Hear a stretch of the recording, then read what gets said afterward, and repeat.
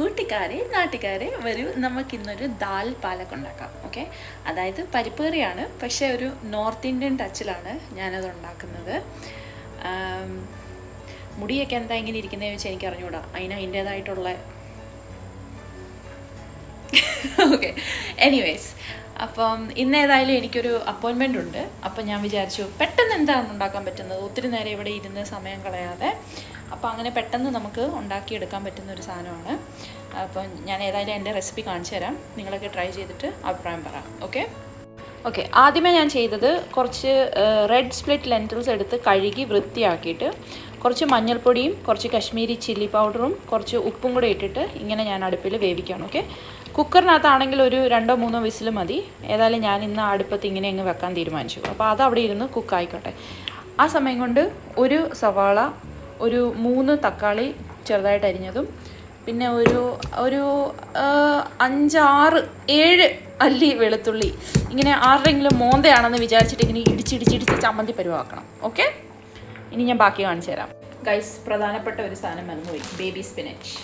ദാൽ പാലക് എന്ന് പറയുമ്പോൾ പാലക് ഇല്ലാതെ ഉണ്ടാവത്തില്ലല്ലോ. അപ്പോൾ ഞാൻ കുറച്ച് ബേബി സ്പിനച്ചും എടുത്ത് അരിയാൻ പോവാം. ഓക്കെ, സോ ഇത് ഓൾമോസ്റ്റ് റെഡിയായി വന്നിട്ടുണ്ട്. അപ്പം നമുക്ക് ബാക്കി പരിപാടിയിലേക്ക് കിടക്കാം. ഇതിനകത്ത് കുറച്ച് ഒലിവ് ഓയിൽ ആണ് ഞാനിവിടെ ഉപയോഗിക്കുന്നത്. ചൂടാക്കിയിട്ട് ഇതിനകത്തേക്ക് ജീരകം, കടുകിടരുത്, ജീരകം,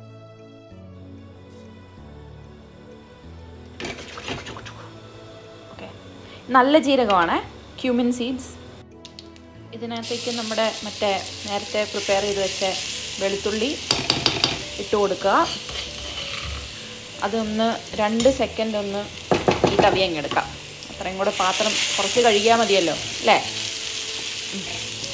അപ്പം ഇതിങ്ങനെ ഒന്ന് സോട്ടേ ചെയ്തെടുക്കുക. അത് കഴിഞ്ഞ് ഇതിനകത്തോട്ട് ഞാൻ ആ ഉള്ളി അങ്ങോട്ട് ഇട്ടേ, കാണിച്ചില്ല കാരണം ഒരു കയ്യേ ഉള്ളൂ, ഡിസാസ്റ്റർ ആയി പോകണ്ടല്ലോ എന്ന് വിചാരിച്ചിട്ടാണ് കേട്ടോ. ഇതൊന്ന് ലൈറ്റായിട്ട് ഫ്രൈ ചെയ്തെടുക്കുക.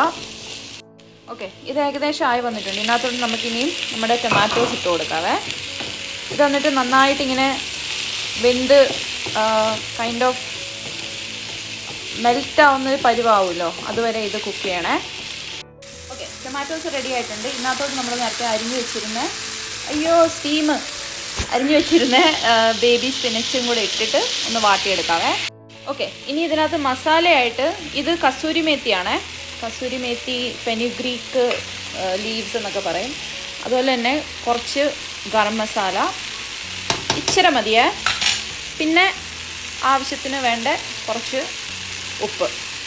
ഇത്രയും സാധനങ്ങൾ ഇട്ടിട്ട് ഇതൊന്ന് നല്ലോണം ഇളക്കി കൂട്ടി യോജിപ്പിച്ചെടുക്കുക. അടുത്ത സ്റ്റെപ്പ് സിമ്പിളാണ്. ഈ സാധനത്തിനകത്തേക്ക് ഇടുക.